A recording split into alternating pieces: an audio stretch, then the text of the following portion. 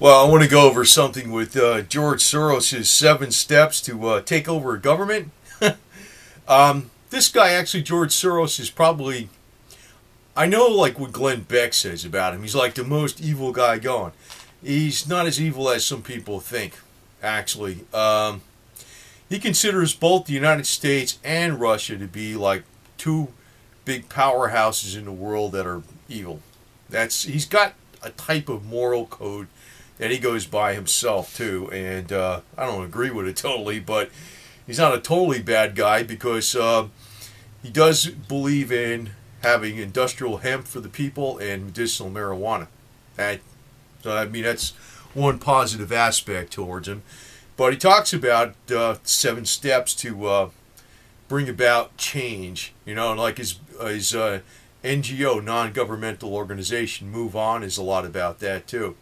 Um, it's like I disagree with most of the stuff he talks about, but not all of it. But basically, here's his 7 steps. He says form a shadow government using humanitarian aid as a cover, and you'll see a lot of that type of stuff goes on.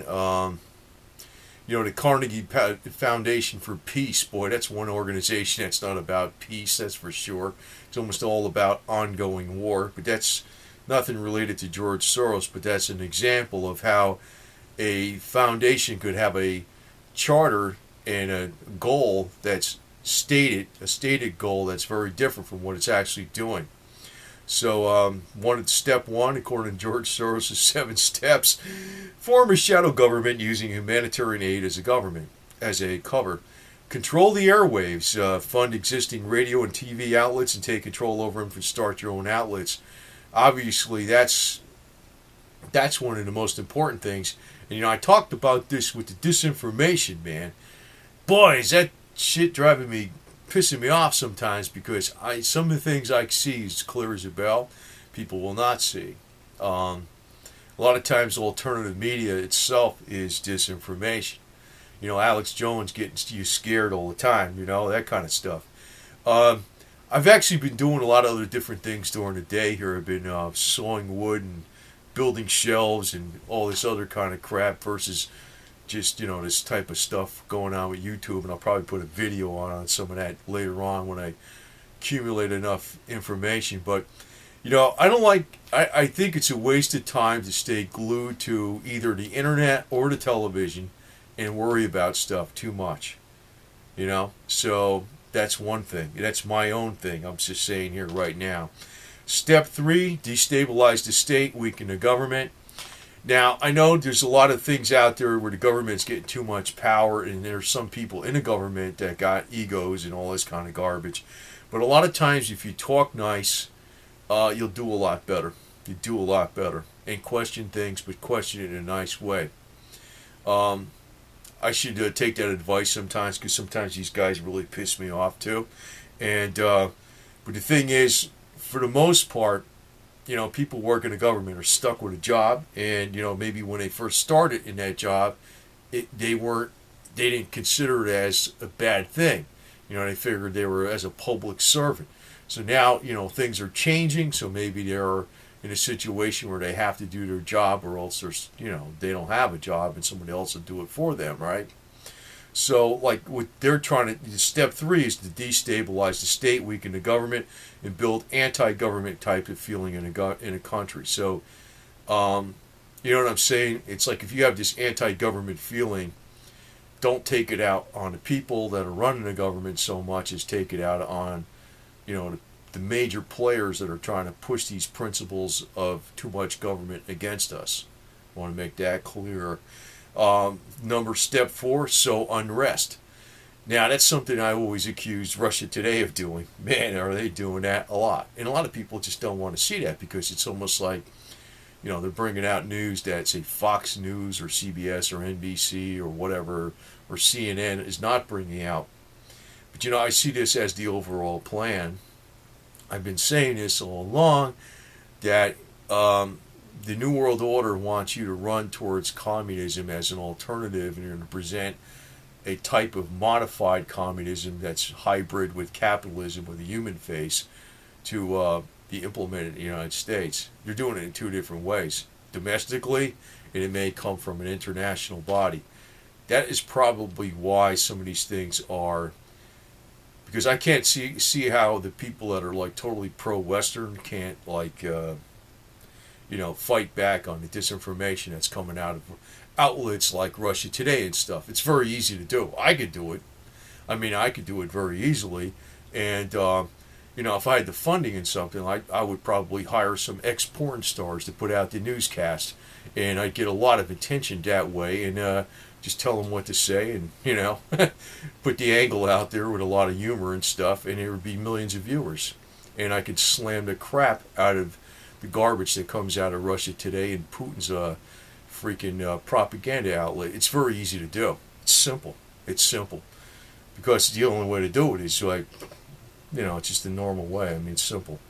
Anyway, step 5, provoke an election crisis. You see this a lot about voter fraud. Now, I think there was a lot of voter fraud, and I read all the way back, there's been voter fraud going on. But it's like you have to have this election crisis because this way you say that the guy didn't get in power fair and square, so you don't have to obey anything he said, right? So,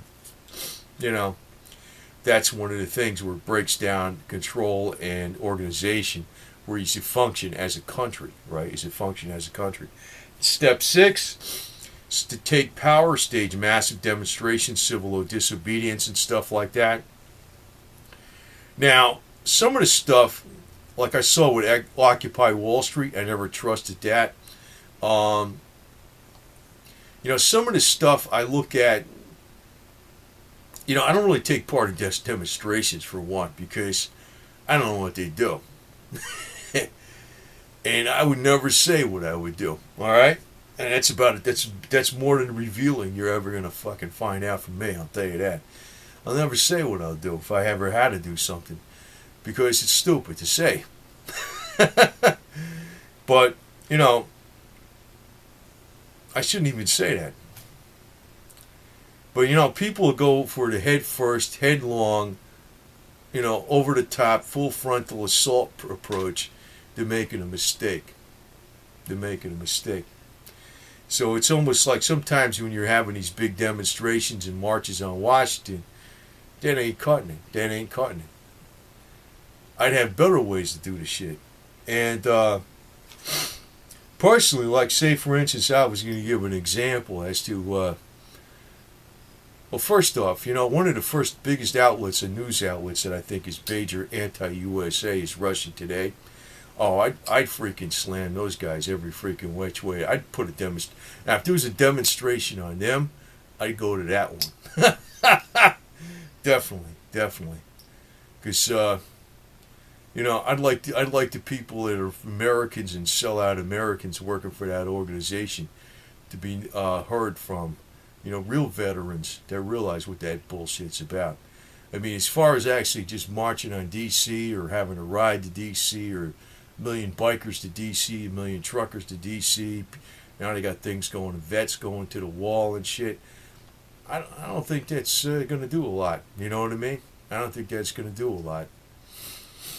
But I like to throw out a foreign organization. That would be a bad idea.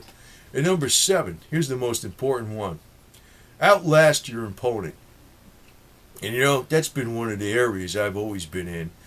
Outlasting the opponent. It's called fortitude, discipline, bludgeon work. Just keep going, man. And one of the ways that veterans can outlast the opponent is through health.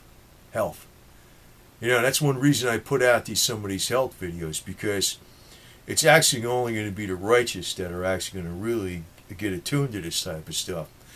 Could you imagine World War II veterans being as full of as much vigor at 75, 80, 90 years old as they were at 20, 25, and 30? That would be something, right? Because you add up all the experience they have, it kind of makes a big force, doesn't it? I think Soros is going to be in a grave pretty soon, so I don't know what the hell he's talking about with these 7 steps. But as far as I'm concerned, I try to work out. Well, I do work out every day. I've been backing off maybe 2 to 3 hours, not 3 hours, been 2 hours. But I've been doing a lot of heavy physical work too. and I take a lot of vitamins, and I do a lot of health stuff. See, I'm one person that I think that's really important. That's part of outlasting your opponent.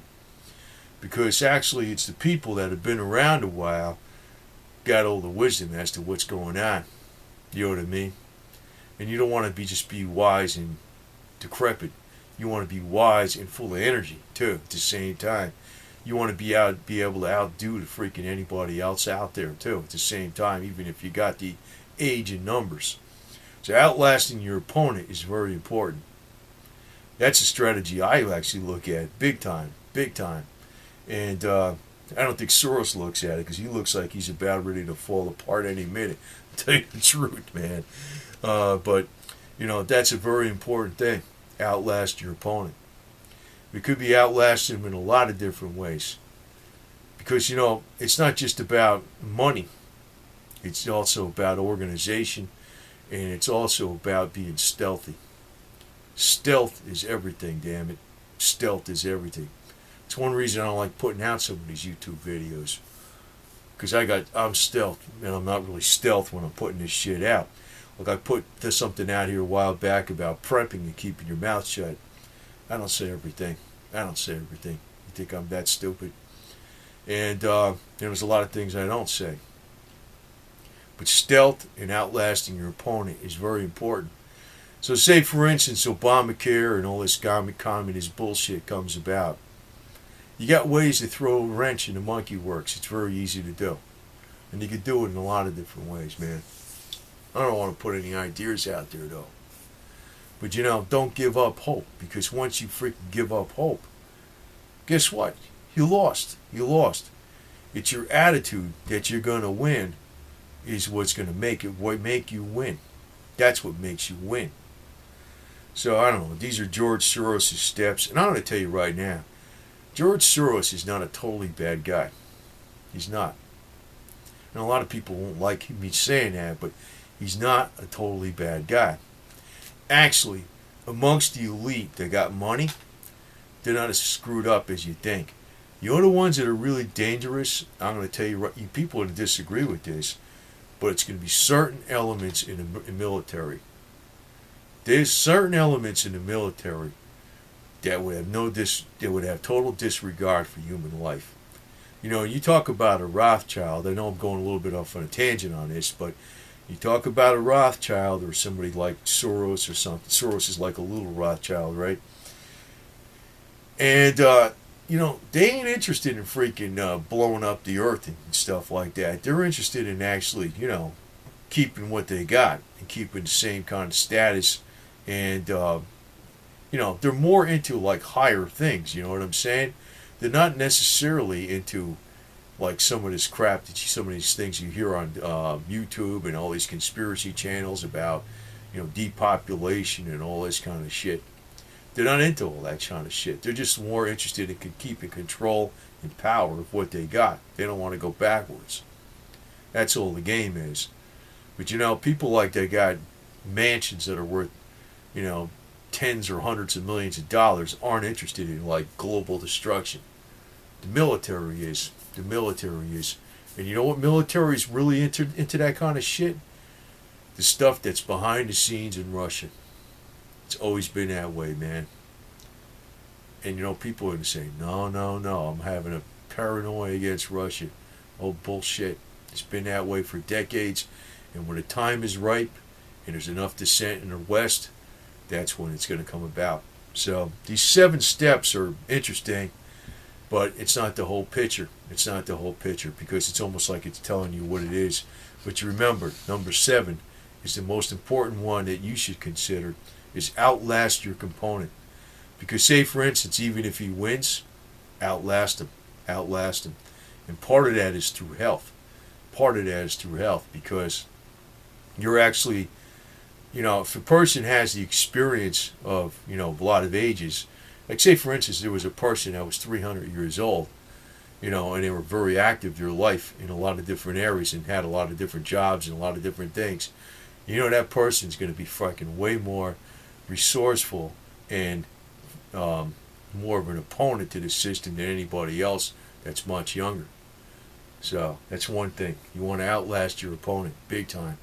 And the only way to do that is to just rigid discipline all the way. So, but just remember that, the game is like, if you think the game is lost, it's never lost. It's never lost. Just remember that one word I'm going to tell you right now. Stealth. Stealth. Stealth counts for everything, man. What they don't know, they don't know. It doesn't exist. And I can't elaborate on any of that kind of shit at all. Period. Just remember, don't give up hope.